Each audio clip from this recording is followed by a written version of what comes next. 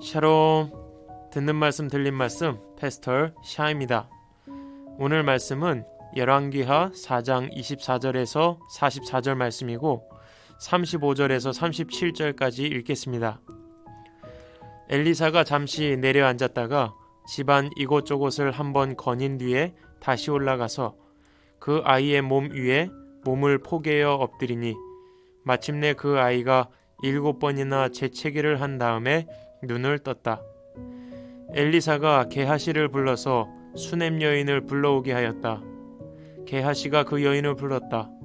그 여인이 들어오니 엘리사가 그 여인에게 아들을 데리고 가라고 하였다. 그 여인은 들어와서 예언자의 발에 얼굴을 대고 땅에 엎드려 큰 절을 하고 아들을 데리고 나갔다. 아멘. 오늘 말씀은 어제 말씀에 이어 수넴 여인이 자신의 죽은 아들을 침상에 눕혀놓고 급히 엘리사를 찾아가는 모습으로 시작됩니다. 때마침 밖을 내다보던 엘리사는 수넴 여인이 저 멀리 오고 있는 것을 발견하고 젊은 종 게하시에게 마중을 나가게 합니다. 그리고 안부를 물어보라고 하죠. 엘리사 앞에 도착한 수넴 여인은 그대로 엘리사의 발 앞에 엎드려 그의 발을 껴안았습니다. 엘리사는 그 모습을 통해 수넴 여인에게 큰 아픔이 있음을 직감적으로 깨닫게 됩니다. 아들을 잃은 어미의 슬픔이 드러났을 겁니다. 숨길 수 없었겠죠. 그제서야 수넴 여인은 엘리사에게 왜 나에게 이런 슬픔을 겪게 하냐고 원통해합니다. 얼마나 마음이 아팠으면 이렇게 말했을까요?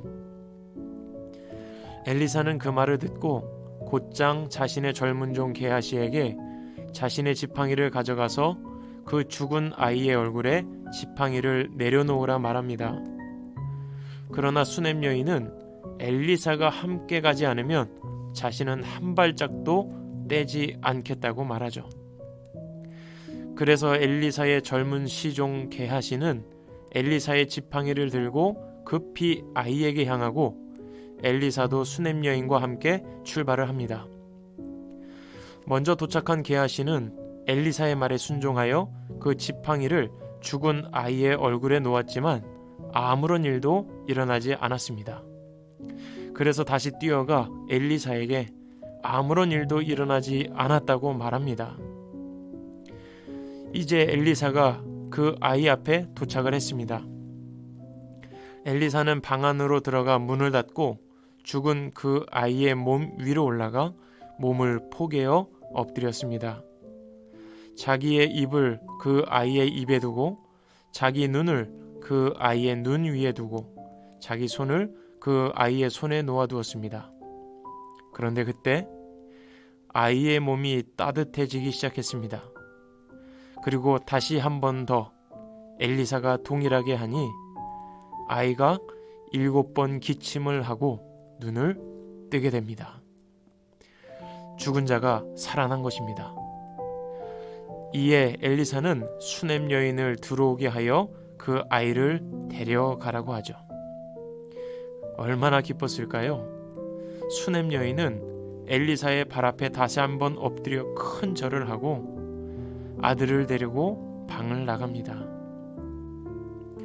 그리고 이후에 엘리사는 가뭄이 심하여 식량을 구하기 어려운 시기에 제자들이 여기저기서 뜯어온 풀로 국을 끓였는데 맛을 보니까 독초가 들어갔음을 알게 되고 제자들이 먹지 못한다 하였지만 엘리사가 그 독을 제거하는 기적을 일으킵니다.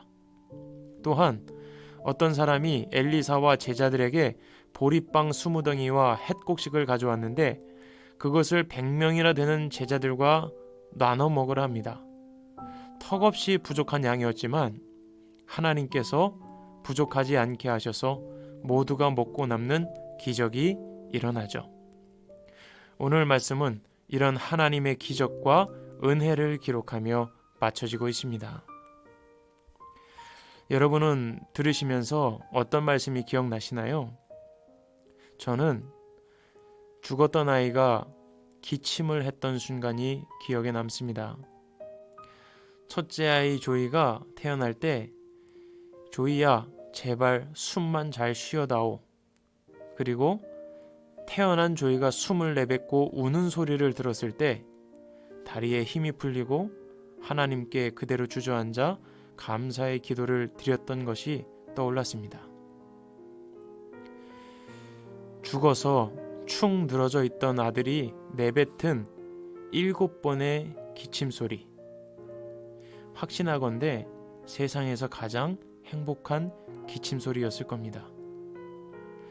아이가 숨을 제대로 못 쉬다가 시원하게 숨 쉬며 우는 모습만 보아도 그렇게 기쁜데 죽었다고 생각한 아들이 다시 살아나서 내뱉은 기침소리가 수넴 여인에게는 얼마나 큰 의미였을까요?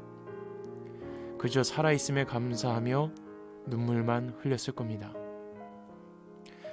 다시 산다는 것은 인간이 품을 수 있는 가장 위대한 소망입니다. 하나님은 이 부활의 소망과 기쁨을 우리 모두와 누리길 원하셨기 때문에 예수 그리스도의 죽음 앞에 인내하신 것입니다. 하나밖에 없는 아들이 모든 죄를 지고 십자가에서 죽어가는 모습을 견뎌내신 것입니다. 그러니 하나님은 예수님보다 우리를 더 사랑하신 것입니다. 자기 자신보다 우리를 더 사랑하셨습니다. 여러분, 부활의 소망을 가지십시오. 그리고 우리에게 예수 그리스도와 부활의 산 소망을 주신 하나님을 기억하며 세상을 두려워하지 않고 담대하게 기적을 행하며 하나님의 자녀로 살아가는 복된 하루 되시길 간절히 소망합니다. 지금까지 듣는 말씀 들린 말씀 샤라라TV 김종희 목사였습니다. 샬롬.